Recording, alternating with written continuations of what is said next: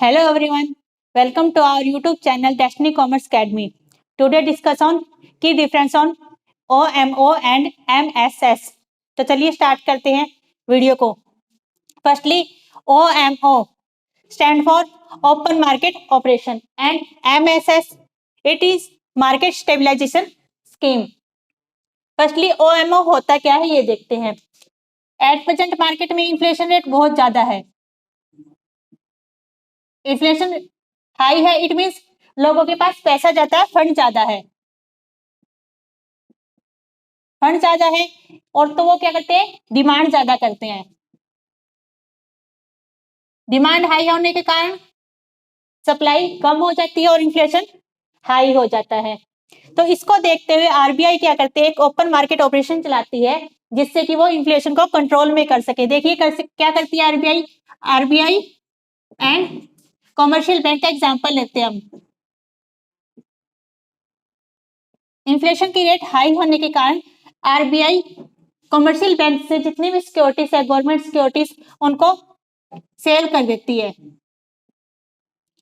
RBI sell government securities. अगर RBI commercial bank को government security sell करेगी तो जो कॉमर्शियल बैंक के पास जो पैसा था वो आरबीआई के पास चला जाएगा. कॉमर्शियल बैंक के पास पैसा नहीं रहेगा, फंड कम रह जाएंगे. अगर फंड कम रहेंगे तो लोगों को लोन देना कम कर देगा commercial bank. It means rate high कर देगा. अगर रेट मार्केट में हाई होगी तो जनरल पब्लिक है वो कॉमर्शियल बैंक से लोन लेना कम कर देगी, और अगर लोन ही लेना कम कर देगी तो उनके पास फंड कम हो जाएंगे. फंड इट मींस पैसे कम हो जाएंगे तो मार्केट में डिमांड ही नहीं करेंगे. समझ में आया को पूरा प्रोसेस. आरबीआई सेल कर देते हैं अपनी गवर्नमेंट सिक्योरिटी कॉमर्शियल बैंक के पास. कॉमर्शियल बैंक जितना भी फंड था वो आरबीआई के पास चला जाता है. ये जो फंड होता है, जो पैसा है, लिक्विडिटी है, वो आरबीआई के पास चली जाती है. इट मींस कॉमर्शियल बैंक के पास पैसे कम रह जाते हैं जिसके कारण वो लोगों को हाई रेट पर इंटरेस्ट देती है. रेट हाई हो जाती है इंटरेस्ट की, जिससे जो नॉर्मल पब्लिक है वो लोन लेना कम कर देगी और उनके पास पैसे ही नहीं होंगे तो वो डिमांड नहीं करेगी. इससे इन्फ्लेशन रेट क्या हो जाएगी, कम हो जाएगी. ये तो हमने पढ़ा सेल का कॉन्ट्रैक्ट कि आरबीआई ने अपनी गवर्नमेंट सिक्योरिटीज को सेल किया. अब ऐसे ही अगर डिफ्लेशन है मार्केट में,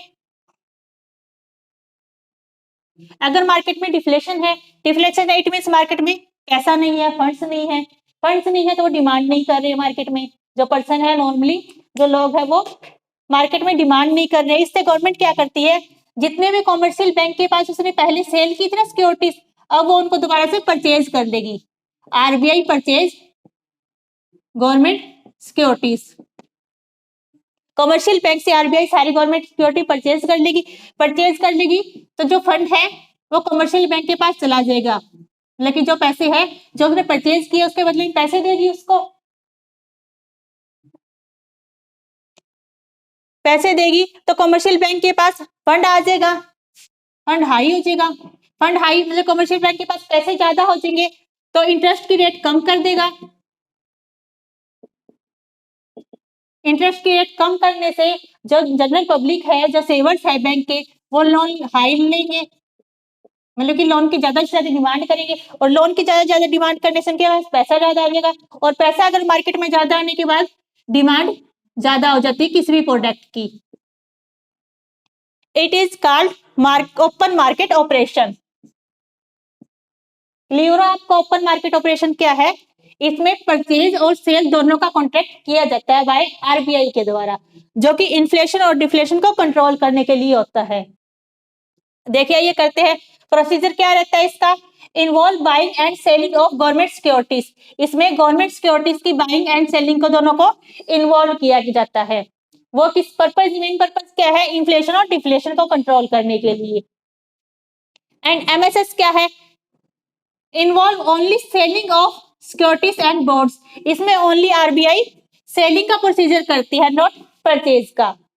ये दोनों ही वर्ड सेम है, ओएमओ एंड एमएसएस. डिफरेंस सिर्फ इसमें इतना है कि इसमें बाइंग एंड सेलिंग का दोनों का काम होता है बाय आरबीआई के द्वारा, and MSS is only selling of securities and bonds. Third step is significance.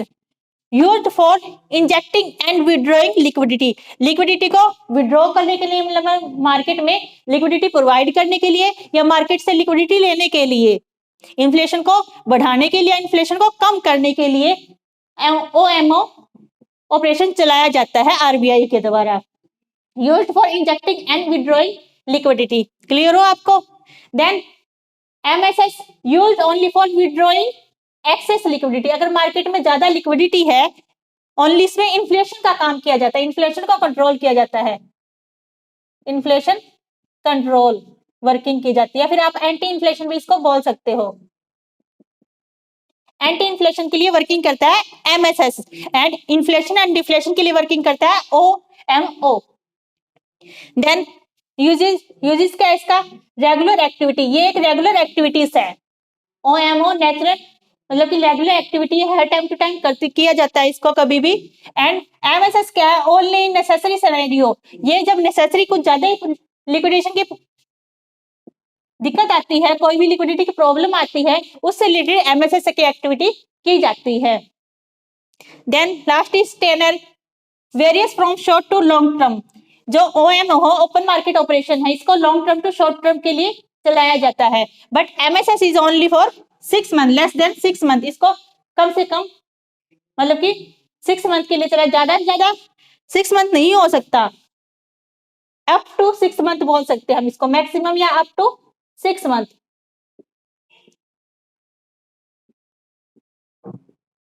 Clear हो आपको? OMO and MSS। फर्स्टली हमने क्या किया इसके बारे में, की डिफरेंस किया।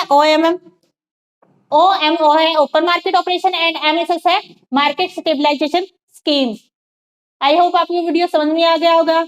अगर आपको वीडियो अच्छा लगा हो तो please like, share and comment. Thank you.